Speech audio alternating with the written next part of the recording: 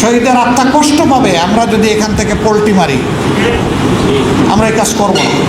যদি এইটা করেন ওইটা করেন, যদি এইভাবে না চলেন ওইভাবে চলেন, তাহলে কিন্তু ওই পরিণতির জন্য তৈরি থাকতে হবে। আমি বলেছিলাম যে এই পরিণতি দেখে দেখেই ৫৫ বছর এই জাতি এই জায়গায় এসেছে। সম্মানিত ভাইয়েরা, অনেক আশা করেছিল জাতি এবার একটা পরিবর্তন হবে, তাই না? আশা করেছিল জামাত ইসলাম এই দেশ শাসন করবে, তাই না? গাছে মাসে বাসে ট্রেনে লঞ্চে সব জায়গায় মানুষের আওয়াজ ওঠে নাই, এবং মানুষ সেইভাবে ভোট দেয় নাই, দিয়েছে। কিন্তু একদল দুষ্ট লোক আতাত করে জনগণের এই পাওনাটা ছিনতাই করে নিয়ে গেছে। মন খারাপ করবেন না, আসমানের ফয়সালা ছাড়া কিছুই হয় না। নিঃসন্দেহে শিওর এর মধ্যে আল্লাহ তাআলা আমাদের জন্য কল্যাণ রেখেছেন। আমাদের দুর্বলতাগুলো আমরা খুঁজে দেখব, আর আল্লাহ যে আমানত আমাদের কাছে রেখেছেন তার পূর্ণ হক আদায় করব। এই দুইটা জিনিস যদি আমরা পারি, পরবর্তী ফয়সালা আল্লাহর উপর ছেড়ে দেন। জুলাই সনদ বাস্তবায়ন হবে কিনা, গণভোটের রায় বাস্তবায়ন হবে কিনা, আল্লাহ চাইলে সব হবে। বলবেন যে সময় তো চলে গেছে। আমাদের সময় চলে গেলেও আল্লাহ তাআলার সময় চলে যায়নি। আল্লাহ তাআলার সময় আছে। আমরা দাঁতে কামড় দিয়ে ধরেছি, এইগুলা ছেড়ে দেব না। আমরা জাতির সাথে এবং শহীদদের সাথে বেইমানি করতে পারবো না। শহীদের আত্মা কষ্ট পাবে আমরা যদি এখান থেকে পল্টি মারি। আমরা এই কাজ করব না ইনশাআল্লাহ। আমাদের তাওয়াক্কুল খালেস পাবে আল্লাহ তাআলার উপর। সংসদের ভিতরে অনেকে হুমকি ধমকি দিছে না? আমি আর জবাবে সংসদে দাঁড়িয়ে বলেছিলাম, অনেকে আমাদেরকে বলে যদি এইটা করেন ওইটা করেন, যদি এইভাবে না চলেন ওইভাবে চলেন, তাহলে কিন্তু ওই পরিণতির জন্য তৈরি থাকতে হবে।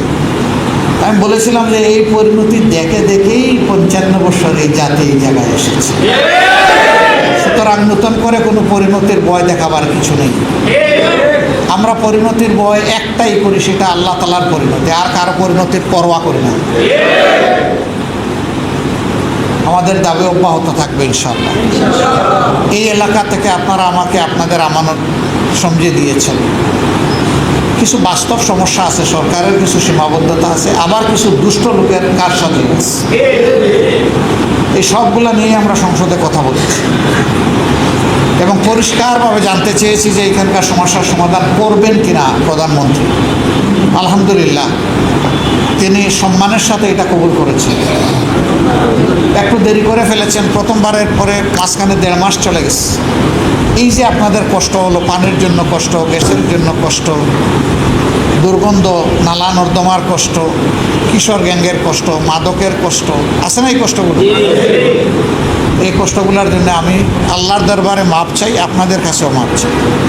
আমি চেষ্টা করেছি, পারি নাই, তবে আমি চেষ্টা ছাড়ি নাই। আমি আশা করি ইনশাআল্লাহ আমরা কামিয়াব হব, আমরা সফল হব। এই সমস্যাগুলোর সমাধান ইনশাআল্লাহ হবে। ইতিমধ্যে পরশুদিন আমরা একসাথে এসেছিলাম, সরকার তার পক্ষ থেকে একজন প্রতিমন্ত্রী এবং প্রশাসক আর আমি এসেছিলাম। একসাথে আমরা কিছু জিনিস দেখে গেছি, কথা বলেছি। আগামী সপ্তাহে আমার সংসদের অফিসে আমরা আবার বসবো এবং এই সমস্ত বিষয়ের সাথে সরকারের সর্বোচ্চ পর্যায়ের কর্মকর্তা যারা, তারা উপস্থিত থাকবে। এরপরে আমরা পদক্ষেপ নিয়ে আগাবো ইনশাআল্লাহ। আপনাদেরকে একটু সজাগ থাকতে হবে, আপনাদের দাবি উচ্চকিত করে ধরে রাখতে হবে। সন্তান চিৎকার না দিলে মা কিন্তু সহজে দুধ দেয় না, এটা মনে রাখবেন। আপনাদের এই চিৎকার, ন্যায্য চিৎকার জারি রাখতে হবে। আর আমি তো বয়সের এক প্রান্তে এসে গেছি, আর কি আছে, এখন লড়াই করেই যাবো ইনশাআল্লাহ। সব কিছুতেই লড়াই চলবে। মানুষের অধিকারের পক্ষে, ন্যায়ের পক্ষে, আল্লাহর দ্বীনের পক্ষে, কালিমার পক্ষে, সততার পক্ষে, সত্যের পক্ষে এই লড়াই অব্যাহত থাকবে ইনশাআল্লাহ। এলাকার মানুষের অধিকারের পক্ষেও লড়াইয়ে কোনো আপোষ নেই, এটাও চলবে ইনশাআল্লাহ। সম্মানিত ভাইয়েরা, সামনে স্থানীয় সরকার নির্বাচন আসছে। এই নির্বাচনে আমরা সিদ্ধান্ত নিয়েছি সকল জায়গায়, সকল ক্ষেত্রে ইনশাআল্লাহ আমরা অংশগ্রহণ করব। আপনারা এটা চান? এই দুর্বল ইনশাআল্লাহ হবে, হ্যাঁ? আপনারা চান? গতবার যে ত্যাগ স্বীকার করেছেন, এবার তার চেয়ে তো কিছু কম করলে হবে, কারণ এটা স্থানীয় সরকার নির্বাচন। হ্যাঁ, আরো বেশি ইনশাআল্লাহ প্রস্তুত হন, আরো বেশি করা লাগবে। যে নির্বাচনটা হয়ে গেল এটা হলো সরকার গঠনের নির্বাচন, আইন তৈরির নির্বাচন। আর এখন যে নির্বাচন হবে এটা হলো উন্নয়নের নির্বাচন। উন্নয়ন যেখানে, মধুও সেখানে, তাই না? মধু যেখানে, মৌমাছিও সেখানে। মৌমাছি তাড়াতে হবে না? মানুষের মধু ঘরে ঘরে পৌঁছাতে হবে না? ইনশাআল্লাহ আমরা মৌমাছিকে ওই মধু বা মৌমাছি বাদ দেন, মাছি যেটা, মাছিকে মধু খেতে দেবো না ইনশাআল্লাহ। যার হোক তার কাছে পৌঁছে যাবে। এই এলাকায় আমি একটা বিশেষ সহযোগিতা চাই। সামান্য ভুল যদি এই এলাকায় হয়, বঙ্গোপসাগরে জোয়ার শুরু হয়ে যাবে। এখানে ভুল করা যাবে না, খুব সতর্ক থাকতে হবে। যখন সরকার থেকে কোনো দান অনুদান আসবে, একেবারেই ন্যায্য পাওনাদার যেন পায়। এখানে যে সমস্ত দায়িত্বশীলরা আছেন তারাও যদি কেউ পাওনাদার হন, আমি বলবো নেবেন না। আপনাদের আত্মীয় স্বজন কেউ দিবেন না, কারণ এতদিন এইগুলা ছাড়া আল্লাহ আমাদেরকে চালান নাই, সম্মানের সাথে রাখেন নাই। ইনশাআল্লাহ সম্মান আল্লাহ আরো বাড়াই দিবেন, রিজিকের বরকত আল্লাহ বাড়াই দিবেন। এরপরে আমাদের মাঝে যদি বিশেষ কেউ থাকে, আমি আপনাদের একজন রাখাল, একজন চৌকিদার হিসাবে এটা দেখার জন্য আমি আছি, আমি দেখব। কিন্তু এটা সরকারি তহবিল থেকে হবে না, এটা অন্য জায়গা থেকে হবে ইনশাআল্লাহ, সেটাও পূরণ হবে। এই দুইটার ভারসাম্য নিয়ে আমরা চলব। আমরা যেন কেউ ভুলটা না করি। ভুল করলে আমি লজ্জা পাওয়া মানে পুরা জামাতে ইসলামী লজ্জা পাওয়া। অন্য একজন এমপির আর আমার ব্যাপার তো সমান না। আমার এই দায়িত্বটা না থাকলে আমি বেঁচে গেছিলাম, কিন্তু এই দায়িত্বের কারণে আমার হাত পা বাঁধা, আমাকে চোখ সব সময় খোলা রাখতে হবে। আমার চোখে ঘুম আসতে পারবে না। আপনারা দোয়া করবেন। সম্মানিত ভাইরা, আমাদের বোনেরা অনেক ত্যাগ স্বীকার করেছেন, লড়াই করেছেন এই আসনে এবং সারা বাংলাদেশ। যত জায়গায় সাহস নিয়ে বোনেরা লড়াই করেছে, আল্লাহু আকবার, সকল জায়গায় জামাত ইসলামী বিজয়ী হয়েছে। এই বোনদেরকে সম্মান করবেন, তাদের কাজে সহযোগিতা করবেন, এগিয়ে দিবেন। আপনার স্ত্রী, আপনার মা, আপনার বোন, আপনার মেয়ে, তাদেরকে এগিয়ে দেবেন।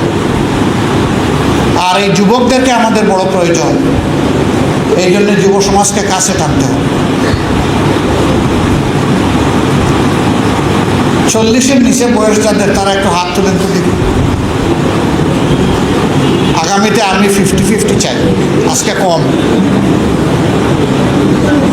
ইসলাম সকল যুগে, সকল নবীর যুগে কায়েম হয়েছে যুবকদের ঘাড়ে বল। ওই যুব সমাজ লাগবে আমাদের। এখন আপনারা আবার মন খারাপ করবেন যে আমরা কি আউট হয়ে গেলাম নাকি, নক আউট করবেন। না না, আপনারা নক আউট হন নাই, আপনারাও আছেন। মনের দিক থেকে যুবক থাকবেন ইনশাল্লাহ, যে কথাটা আমি সবসময়। অনেক যুবক বৃদ্ধ দেখলেই বলে, বাবা এত কঠিন কাজ, আমি কি এটা পারবো? এটা হলো আসল ভুল। আর বয়স 80 বছর, বলে হ্যাঁ 10 জন পারলে ইনশাল্লাহ আল্লাহ তৌফিক দিলে আমিও পারবো। ইনি হলেন আসল যুবক। পৃথিবীতে আমেরিকা আর বাংলাদেশ বাদে আরো যেসব দেশ আছে, গত 4 জুলাই আমেরিকার 250তম স্বাধীনতা দিবসটি আসলে কিভাবে পালিত হয়েছে সেসব দেশে বলুন তো, বলতে পারেন? আমি চেষ্টা করেছি বিভিন্ন দেশে আমেরিকার দূতাবাসের ওয়েবসাইট ঘেঁটে দেখার, এবং যেটা বুঝতে পারলাম, প্রতিটি দেশেই হয় মার্কিন দূতাবাসের নিজস্ব কার্যালয়ের হলে কিংবা কোনো 5 তারকা হোটেলে কিংবা শহরের বড় কোনো ভেন্যুতে এই দিবসটি পালিত হয়েছে। সরকারি বেসরকারি সহ যেসব দেশের বিশিষ্ট ব্যক্তিবর্গ এতে অংশ নিয়েছেন, সাংস্কৃতিক অনুষ্ঠান হয়েছে, খানাপিনা হয়েছে। বাংলাদেশ ব্যতিক্রম। বাংলাদেশে এবারই প্রথম জাতীয় সংসদের দক্ষিণ প্লাজায় সরকার বেসরকার সহ আমেরিকার দৃষ্টিতে যারা বিশিষ্টজন, তাদেরকে নিয়ে 4 জুলাই উদযাপিত হয়েছে দেশের বিভাগীয় শহর রাজশাহীতেও। আর পেছনে যাওয়ার দরকার নেই আমাদের খুব বেশি। বিগত 17 বছরও কিন্তু বাংলাদেশে এই দিবস মার্কিন দূতাবাস উদযাপন করেছে। সরকারের মন্ত্রীরা, এমপিরা, এমনকি স্পিকার পর্যন্ত যোগ দিয়েছেন। কিন্তু এভাবে জাতীয় সংসদের দক্ষিণ প্লাজায় মার্কিন জাতীয় দিবস উদযাপন, আপনার কি মনে হয় কেন এটা হলো? বাংলাদেশ সরকার এটা কেন উদযাপন করলো? চীন থেকে ঘুরে আসার পর চীনের জাতীয় দিবস কি এভাবে জাতীয় সংসদের দক্ষিণ প্লাজায় হতে পারবে? আসলে বাংলাদেশে মার্কিন উপস্থিতির নগ্ন প্রদর্শনীর উদ্দেশ্য ছাড়া আর কোনো কারণ কি থাকতে পারে জাতীয় সংসদে এই মার্কিন দিবস উদযাপনের? আসুন একটু খুঁজে দেখার চেষ্টা করা যাক। জাতীয় সংসদ কোনো কমিউনিটি সেন্টার নয়, কোনো 5 তারকা হোটেলের বলরুমও নয়, কোনো দূতাবাসের ভাড়া করা অনুষ্ঠান কেন্দ্রও নয়। এটি একটি রাষ্ট্রের সার্বভৌমত্বের সর্বোচ্চ প্রতীক। স্বাধীন রাষ্ট্রের নাগরিকরা এই ভবনের দিকে তাকিয়ে ভাবে হয়তো যেখানেই তাদের রাজনৈতিক নিয়তি নির্ধারিত হয়। আর সেই সংসদের দক্ষিণ প্লাজায় দাঁড়িয়ে একটি সাম্রাজ্যবাদী রাষ্ট্রের স্বাধীনতার 250 বছর পূর্তি পালন করা হলো এমন ভাবে যেন বাংলাদেশ আর স্বাধীন কোনো রাষ্ট্র নয়, যেন এটি ওয়াশিংটনের কোনো নতুন প্রশাসনিক অঞ্চল, যেখানে স্থানীয় রাজনৈতিক কর্মচারীরা বা স্থানীয় সরকারের কর্মচারীরা আমেরিকান প্রভুদের সামনে হাজিরা দিচ্ছে হাত জোড় করে। অনেকেই হয়তো বলবেন, এতে সমস্যাটা কি? এটা তো কূটনৈতিক সৌজন্যতা। আপনাদের কাছে নিশ্চয়ই তাই হতে পারে। সৌজন্যই যদি হবে তবে দূতাবাস ছিল না, হোটেল রুম ছিল না, কনভেনশন সেন্টার ছিল না, চীন মৈত্রী কমপ্লেক্স ছিল না, ঢাকা স্টেডিয়াম ছিল না, শেরেবাংলা স্টেডিয়াম ছিল না। বিষয়টি এত সরলভাবে ভাবলে তো চলবে না। এটি জায়গা বাছাইয়ের প্রশ্ন নয়, এটি একটি স্পষ্ট বার্তা, মানে বাছাইয়ের প্রশ্নে। যুক্তরাষ্ট্র বার্তা দিতে চেয়েছে যে বাংলাদেশ এখন তাদের ভূ রাজনৈতিক প্রভাব ক্ষেত্রের ভেতরে ঢুকে গেছে, আর অবৈধ ইউনূস সরকারের বর্ধিত তারেক রহমানের সরকার সেই বার্তার বা সেই মেসেজটার মঞ্চসজ্জাকারী। এই অবৈধ ইউনূস সরকারের বর্ধিত সরকার মানে রাজনৈতিক মেরুদণ্ডহীনতা কোন পর্যায়ে নিয়ে গেছে, এই দুই সরকার মিলে তার এক নগ্ন এবং বিভৎস উদাহরণ আমরা দেখতে পেলাম আসলে জাতীয় সংসদের এই দক্ষিণ প্লাজায়। একদিকে আমরা মধ্যপ্রাচ্যের মজলুম মানুষের পক্ষের নেতা আয়াতুল্লাহ আলী খামেনির জানাজায় অংশ নিতে জাতীয় সংসদের স্পিকারকে পাঠাচ্ছি, অথচ ঠিক একই সময়ে সেই সাম্রাজ্যবাদী মার্কিন যুক্তরাষ্ট্রের 250তম স্বাধীনতা দিবস মহা সমারোহে পালন করছি আমাদের জাতীয় সংসদ প্রাঙ্গণে। বিশ্বে এ ধরনের স্ববিরোধিতা, নির্লজ্জ রাজনৈতিক মেরুদণ্ডহীনতার নজির দ্বিতীয়টি আছে কিনা আমার জানা নেই। আপনাদের জানা থাকলে কমেন্টে লিখবেন। অধ্যাপক আনু মোহাম্মদ তার ফেসবুকে লিখেছেন, জাতীয় সংসদ প্রাঙ্গণ কি মার্কিন দূতাবাসের জায়গা? তাদের দূতাবাস নামক দুর্গে কি জায়গা কম পড়েছে? বর্তমান বিশ্বের সবচাইতে বড় সন্ত্রাসী রাষ্ট্র, সবচাইতে বড় মানবাধিকার লঙ্ঘনকারী, বিশ্বের দেশে দেশে গণহত্যার কারিগর যুক্তরাষ্ট্র এক ভয়াবহ চুক্তি নামের আদেশপত্র বাংলাদেশের ঘাড়ে চাপানোর পর তারা এখন তাদের উৎসব উদযাপন করছে বাংলাদেশের জাতীয় সংসদ প্রাঙ্গণে। আমার কথা নয়, আনু মোহাম্মদের কথা। আরো করুণ বিষয় হলো, এই সংসদই মাত্র কিছুদিন আগে মার্কিন মদতপুষ্ট তথাকথিত জুলাই সন্ত্রাসীদের আক্রমণের শিকার হয়েছিল। সেই সংসদে ঢুকে যে অশ্লীলতা, যে বর্বরতা, যে রাষ্ট্রবিরোধী উল্লাস দেখানো হয়েছিল, সেটি কোনো স্বতঃস্ফূর্ত নাগরিক ক্ষোভ ছিল না। সেটি ছিল রাষ্ট্রের প্রতীকের উপর পরিকল্পিত হামলা, মুক্তিযুদ্ধের বাংলাদেশকে অপমান করার হামলা। আজ সেই একই সংসদের দক্ষিণ প্লাজায় মার্কিন জাতীয় দিবস পালিত হলো। এটা কাকতালীয়? একদম নয়। আগে প্রতীক ভাঙো, তারপর সেই প্রতীককে প্রভুর পতাকা ওড়াও, এটাই তো রেজিম চেঞ্জের রাজনীতির চিরাচরিত কৌশল। আরবেও দেখেছেন, মানে অন্যান্য দেশেও দেখেছেন, সিরিয়ায় দেখছেন, লিবিয়ায় দেখছেন, ইরাকে তো দেখেই ফেলেছেন। আমরা ভুলে যাচ্ছি যে 1971 সালে এই যুক্তরাষ্ট্রই বাংলাদেশের স্বাধীনতার বিরুদ্ধে দাঁড়িয়েছিল। আর সে কারণে জামায়াত ইসলামীর আমির জামায়াত বলেছেন যে আমেরিকা তার বাংলাদেশের সবচাইতে পরীক্ষিত বন্ধু বটে। যখন পাকিস্তানি সেনাবাহিনী বাঙালির উপর গণহত্যা চালাচ্ছিল, তখন তারা 7ম নৌবহর পাঠিয়েছিল আর জামায়াত ইসলামী বাঙালি নিধন করছিল। মুক্তিযুদ্ধের বিজয় ঠেকানোর চেষ্টা করেছিল আমেরিকা এবং জামায়াত ইসলামী। ইউএসএস এন্টারপ্রাইজ নিয়ে বঙ্গোপসাগরের দিকে ধেয়ে আসা সেই নৌবহর ছিল বাংলাদেশের স্বাধীনতার বিরুদ্ধে আমেরিকার হুমকির জীবন্ত দলিল। আর আজ সেই যুক্তরাষ্ট্রের স্বাধীনতা দিবস বাংলাদেশের জাতীয় সংসদ প্রাঙ্গণে উদযাপিত হচ্ছে। এর চেয়ে বড় ঐতিহাসিক ব্যঙ্গ আর কি হতে পারে বলেন? আর বাংলাদেশে নিযুক্ত মার্কিন রাষ্ট্রদূত ব্রেন্ট টি ক্রিস্টেনসেনের দিকে আমরা যদি তাকাই, কি দেখি যে ট্রাম্প প্রশাসনের মনোনীত এই কূটনীতিক, অস্ত্র নিয়ন্ত্রণ এবং আন্তর্জাতিক নিরাপত্তা বিশ্লেষক আন্ডার সেক্রেটারির অভিজ্ঞতা নিয়ে ঢাকায় এসেছেন। এই পটভূমি জানলেই বোঝা যায় যে তার সফরগুলো নিছক মানবিক সংযোগ নয়, তিনি বাংলাদেশ চষে বেড়াচ্ছেন। তিনি রাজশাহীতে গিয়ে আমের হাটে ছবি তুলছেন, চট্টগ্রামে যাওয়ার পথে প্রকাশ্য রাস্তায় দোকানে বসে মালাই চা খাচ্ছেন, নৌবাহিনীর ঘাঁটি ইশাখাতে গিয়ে যুদ্ধজাহাজের সামনে ফটো সেশন করছেন, রিকশায় উঠছেন, মসজিদে যাচ্ছেন, জাদুঘরে যাচ্ছেন। প্রশ্ন হলো, তিনি কূটনীতিক নাকি গণসংযোগ মন্ত্রী? তিনি রাষ্ট্রদূত নাকি পরাশক্তির নিযুক্ত ভাইসরয়? এই অতিরিক্ত জনসংযোগ নিরীহ নয়, এটি সফট পাওয়ার বা নরম ক্ষমতার প্রদর্শন। এটি রাজনৈতিক মনস্তত্ত্ব দখলের প্রক্রিয়া। সাধারণ মানুষকে দেখানো হচ্ছে যে আমেরিকা খুব কাছে, আমেরিকা খুব আপন, আমেরিকা চা খায়, আম খায়, রিকশায় ওঠে। অথচ বাস্তবে আমেরিকা কি করে? দরকার হলে নির্বাচিত রাষ্ট্রপ্রধানকে তুলে নিয়ে যায়, দরকার হলে অন্য দেশের আকাশে বোমা ফেলে, নিষেধাজ্ঞা দিয়ে অর্থনীতি পঙ্গু করে, ইরানে সামরিক হামলা চালিয়ে শিশু, কিশোর এবং সাধারণ মানুষ হত্যা করে, ভেনেজুয়েলার নির্বাচিত প্রেসিডেন্টকে তার স্ত্রী সহ জোরপূর্বক তুলে নিয়ে যায়। আর সেই আমেরিকাকেই বাংলাদেশের সংসদে এনে স্বাধীনতার মহিমা শেখানো হচ্ছে বা শোনানো হচ্ছে। বিগত 1 বছরে দেখা যাচ্ছে বাংলাদেশে মার্কিন সামরিক তৎপরতা ব্যাপকভাবে বৃদ্ধি পেয়েছে। সিলেটের জালালাবাদ সেনানিবাসে টাইগার লাইটনিং 2025, চট্টগ্রামের জহুরুল হক বিমান ঘাঁটিতে অপারেশন প্যাসিফিক এঞ্জেল, নৌবাহিনীর সঙ্গে টাইগার শার্ক মহড়া। একের পর এক এই সামরিক মহড়া কেবল প্রতিরক্ষা সহযোগিতার নাম হতে পারে না।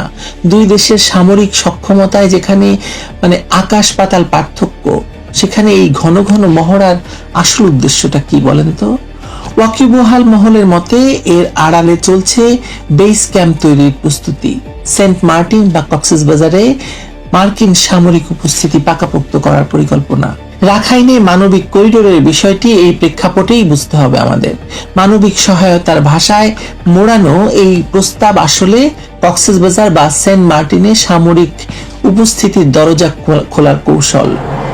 অবৈধ ইউনূস সরকার এবং তার পররাষ্ট্র উপদেষ্টা রজার খলিল ওরফে খলিলুর রহমান সেই গোপন পরিকল্পনা সেনাবাহিনীর বিরোধিতার কারণে ভেস্তে গেছিল ঠিকই, কিন্তু পরিকল্পনা থেমে নেই। এখন সামরিক মহড়ার আড়ালে সেই একই কাজ এগিয়ে নেওয়া হচ্ছে। বাংলাদেশ তাহলে কি?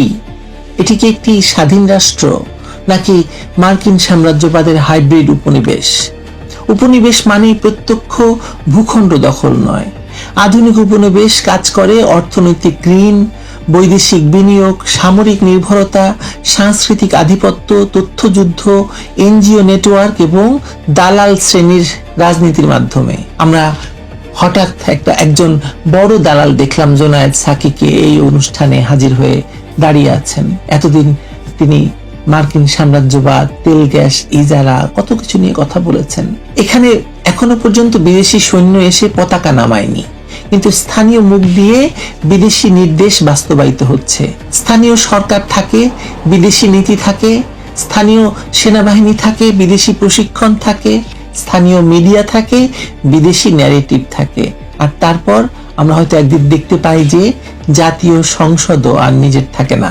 অবৈধ ইউনূস সরকার এবং তারেক রহমানের সরকার, এই ইউনূস সরকারের বর্ধিত রাজনৈতিক সংস্করণ, এই দুই শক্তির মধ্যে ভিন্নতা যতই আপনি দেখানোর চেষ্টা করেন, রাষ্ট্রের সার্বভৌমত্ব বিক্রির জায়গায় তাদের মধ্যে মৌলিক কোনো পার্থক্য নেই।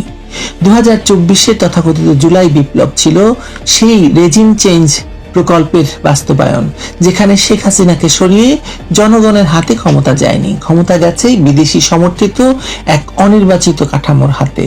জুলাই সন্ত্রাসীরা রাষ্ট্রের প্রতীকগুলো ভেঙে দিয়েছে, আর এখন সেই ভাঙা প্রতীকে বিদেশি প্রভুর উৎসব বসেছে।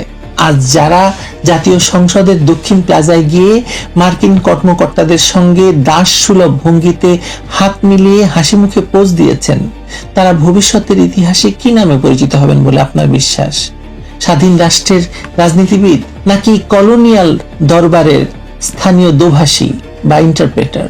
জনগণ নয়, সংবিধান নয়, মুক্তিযুদ্ধ নয়, নির্বাচন নয়, মার্কিন অনুমোদনেই যে তাদের ক্ষমতার আসল উৎস, তারা সেটি প্রমাণ করে দিয়েছেন এই 250তম স্বাধীনতা দিবস উদযাপন করে।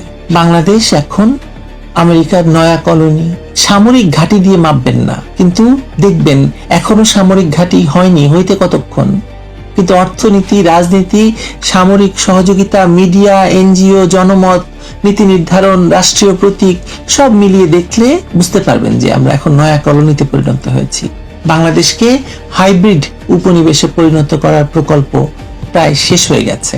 জাতীয় সংসদের দক্ষিণ প্লাজায় মার্কিন স্বাধীনতা দিবস উদযাপন সেই প্রকল্পের প্রকাশ্য প্রদর্শনী, শক্তি প্রদর্শন, মালিকানা প্রদর্শন। এটি ছিল বাংলাদেশের রাজনৈতিক শ্রেণীকে সারিবদ্ধভাবে দাঁড় করিয়ে দেখানোর আয়োজন। দেখো কারা এখন এই দেশের উপর ছায়া ফেলে আছে। একটি জাতি যদি নিজের সংসদ রক্ষা করতে না পারে, নিজের ইতিহাস স্মরণ করতে না পারে, নিজের মুক্তিযুদ্ধের শত্রুকে চিনতে না পারে, নিজের রাষ্ট্রীয় প্রতীককে সম্মান করতে না পারে, তবে তাকে আর বন্দুক দিয়ে দখল করতে হয় না। আসলে সে নিজেই নিজের দরজা খুলে দেয়। বাংলাদেশ আজ সেই দরজার সামনে দাঁড়িয়ে আছে। এক পাশে মুক্তিযুদ্ধের আত্মমর্যাদা, অন্য পাশে মার্কিন করদ রাজ্যের চকচকে আমন্ত্রণপত্র। সিদ্ধান্ত আপনাকে নিতে হবে, কারণ দাসত্ব সবসময় শৃঙ্খল পড়ে আসে না। অনেক সময় তা আসে উৎসবের আলোয়, করতালির শব্দে এবং কূটনৈতিক হাসির আড়ালে, আম খেতে খেতে, মালাই চা খেতে খেতে। কেমন লাগছে এই আমেরিকান উপনিবেশে বসবাস করতে? ভালো লাগছে নিশ্চয়ই। ভালো থাকবেন সবাই।